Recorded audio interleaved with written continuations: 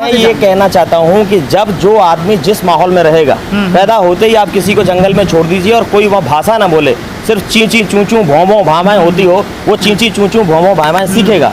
जहाँ पर सिर्फ गुरबाणी का पाठ होता हो, जहाँ पर सिर्फ रामायण का पाठ होता हो, गीता का पाठ होता हो, बच्चे अपने आप सीखते हैं। और जिस घर में माँ बाप गालियाँ देते हैं, उल्टा सीधा बोलते हैं, वहाँ बच्चे भी पैदा होते गालियाँ सीखते हैं। आप गलियों में देखते हैं बच्चे, छोटे छोटे बच्चे बुरी बुरी गालियाँ देते फिरते हैं। क्या वो परवरिश की वजह से नहीं है? हाँ। तो ये परवरिश का फ़ायदा है कि बच्चे बड़े लंबे समय तक जब अपने माता पिता के साथ रहते हैं, उनको उनकी संगत पसंद आती है, उनकी परवरिश पसंद आती है, उनको प्यार होता है जिस माहौल में वो वहाँ रहते हैं। तो वो जो काम उनके माँ बाप करते हैं 24 घंटा वो उसी पे उनका फोकस होता है। लेकिन सरकारों को और जिनको सत्ता चलानी है, उनको सबसे बड़ी समस्या यही होती है कि जब कोई बोलना सीख लेता है तो वो इनको जहर लगता है। इनको सिर्फ ये चाहिए कि जो मेरे बच्चे हैं वो बोलना सीखें, वही MP MLA बने, वही आगे जाके लाइफ में सक्सेसफुल हो। बोलने की उम्र होती है, लेकिन जिन लाइसेंस भी 18 साल के बाद बता देते हैं। गाड़ी चलाना एक अलग बात है, अपने विचार रखना एक अलग बात है। विचार के लिए एक उम्र होती है। विचार के लिए कोई उम्र नहीं होती है। विचार, इस देश में ऐसे ऐसे संत महात्मा पैदा हुए हैं जिनको कि छोटी उम्र में उन्होंने दुनिया को राह दिखाई है। संत ज्ञानेश्वर जी महाराज, श्री गुरु हरकिशन साहिब जी महाराज, ऐसे लोगों की लिस्ट बहुत लंबी है। भारत का इतिहास इतना मजबूत है। अगर हम ये कहते हैं कि छोटे बच्चे अपने विचार आगे नहीं रख सकते, तो हमें देश की संस्कृति और इसके इतिहास पर सवाल उठाते हैं। अच्छा, लेकिन पढ़ाई पे असर नहीं पड़ेगा? बिल्कुल, पढ़ाई पे बहुत शानदार है। He belongs to SMD smart school, Guruhar Sahib Firozpur.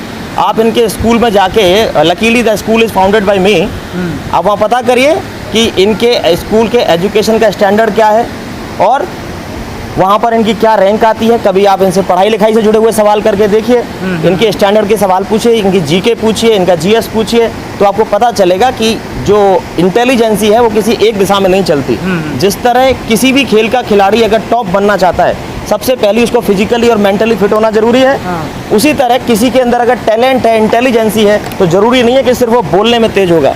उससे पहले उसके विचार, उसका थॉट प्रोसेस, उसकी कॉन्फिडेंस लेवल, ये सब कुछ इम्प्रूव होगा, तब जाके बच्चा आगे चलता है। लोग कमेंट्स करते हैं कि चेहरे से भाव से लगता है जी, कि इनके माँ बाप ने इनको इतना रटा दिया है कि उनका बचपना छीन रहे हैं। बचपने को एंजॉय यही कर रहे हैं। हाँ, बचपने को एंजॉय यही कर रहे हैं, क्योंकि बचपन में जिसको पता लग गया कि मेरा रास्ता क्या है, मेरे दुश्मन कौन है, मेरे रास्ते के रुकावटें कौन है और मुझे चुनना किस रास्ते को है, उससे अच्छा जीवन किसी का नहीं है। हम इस देश में रहते हैं जहाँ पर लोग ग्रेजुएशन होने के बाद तक ये नहीं पता लगा पाते कि आखिर मेरे जीवन का लक्ष्य क्या है। दिशाहीन जिंदगी जीने से अच्छा है गौरवपूर्ण बिताया हुआ एक क्षण कीर्तिहीन बिताए हुए लाखों युगों से कहीं बेहतर है। और ये कितने गौरव की बात है कि एक बच्चा आज ही जानता है कि ये किसान कानूनों में काला क्या है।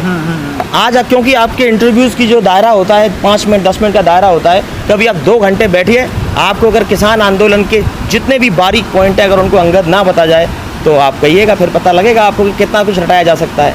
और रटा कोई एक बार देगा, 2 बार देगा, जिस तरह के आपके बाइफरकेटेड क्वेश्चन आते हैं उनको कोई रटा नहीं सकता। जब जेहन में जो चीज़ बैठ जाती है वो जरूर आती है साथ।